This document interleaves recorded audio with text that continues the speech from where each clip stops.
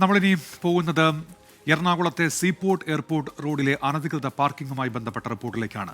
തിരക്കേറിയ റോഡിന്റെ ഇരുവശങ്ങളിലും അപകടകരമായ രീതിയിലാണ് വാഹനങ്ങൾ പാർക്ക് ചെയ്തിരിക്കുന്നത്. കളമശ്ശേരി നഗരസഭയുടെ വാഹനമതിൽ പദ്ധതി മറയാക്കിയാണ് ഇപ്പോഴത്തെ അനധികൃത പാർക്കിംഗ് എന്നാണ് ആരോപണം. നിയമലംഘനം ശ്രദ്ധയിൽപ്പെട്ടിട്ടും അധികൃതർ നടപടിയെടുക്കുന്നില്ല എന്ന ആക്ഷേപം ശക്തമാണ്.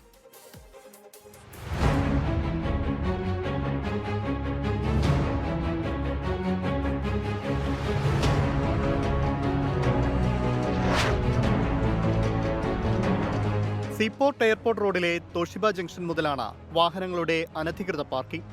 സ്വകാര്യ കമ്പനികളുടെ പാർക്കിംഗ് യാർഡ് പോലെയാണ് ഇപ്പോൾ സീപോർട്ട് എയർപോർട്ടിന്റെ ഇരുവശങ്ങളും.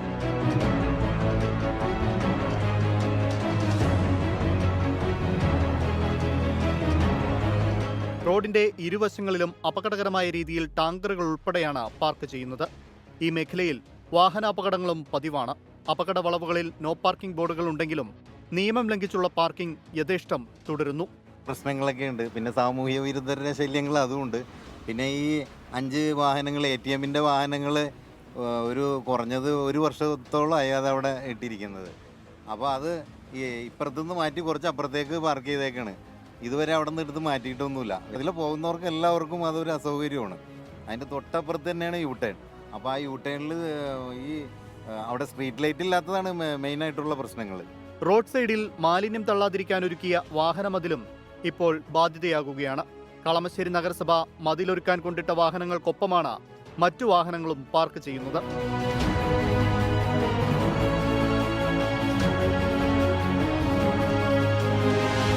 പോലീസും മോട്ടോർ വാഹന വകുപ്പും അനധികൃത പാർക്കിംഗ് കാണുന്നില്ലേ എന്നാണ് നാട്ടുകാരുടെ ചോദ്യം.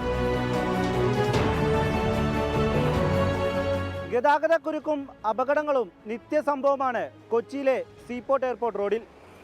ഈ അപകടങ്ങൾക്കും ഗതാഗതക്കുരുക്കിനും ഒരു പ്രധാനപ്പെട്ട കാരണമാണ് വഴിയരികിലെ ഈ അനധികൃത പാർക്കിംഗ്. ക്യാമറ പേഴ്സൺ അദീഷിനൊപ്പം റാഫി കരീം, 24 കൊച്ചി. പൊതുജനം കഴുതയല്ല സാർ. ഈ റൂട്ട് എന്തായാലും ഇത്രയും വാഹനങ്ങൾ വന്ന റൂട്ടാണിത്. തോഷിബ റൂട്ട്, പിന്നെ മെഡിക്കൽ കോളേജിലൊക്കെ കയറാനായിട്ട് ഈ റൂട്ടുള്ളൂ. നമുക്ക് ഇവിടുന്ന് കാക്കനാട് നിന്നാണെങ്കിലും കളമശ്ശേരി നിന്നാണെങ്കിലും. അപ്പോൾ രാത്രി റിഫ്ലക്ടറോ അല്ലാതെ എന്തെങ്കിലും ലൈറ്റോ ബീം ലൈറ്റോ എന്തെങ്കിലും ഉണ്ടെങ്കിൽ അത് ആൾക്കാർക്കും യാത്രക്കാർക്കും നല്ല ഹെൽപ്ഫുള്ളായിരിക്കും എന്നാണ് എൻ്റെ ഒരു ഇത്. തെറ്റത് ഇങ്ങനെ വണ്ടി പാർക്ക് ചെയ്യാൻ ഇപ്പോൾ നമ്മളായാലും പാർക്ക് ചെയ്യുമ്പോഴത്തേക്കും പോലീസുകാർ വന്ന് അവരുടെ ന്യായം പറയും. പക്ഷെ ഇങ്ങനൊരു വണ്ടി ഇട്ടാൽ അവർക്ക് ആർക്കൊന്നും പറയാനില്ല.